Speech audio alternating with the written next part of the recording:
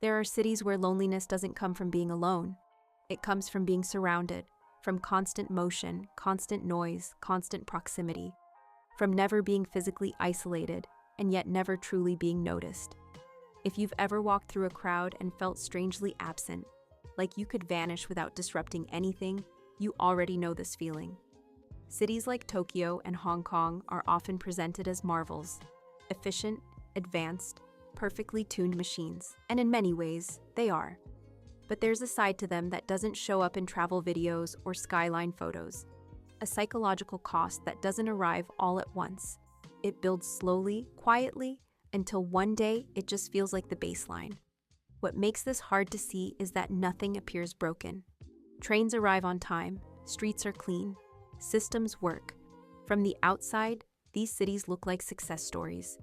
But no one lives on the outside. You live inside your nervous system. And that's where the strain starts to show. The human brain wasn't designed for this scale.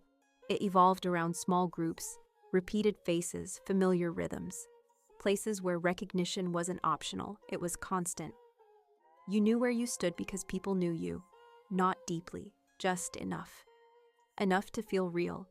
Now imagine the opposite. Waking up every day as one of millions. Entering elevators where no one speaks. Passing hundreds of faces that never quite register as human long enough to matter. Not because people are cold, but because the volume is too high. So the brain does what it always does under overload. It filters, it numbs, it stops reaching.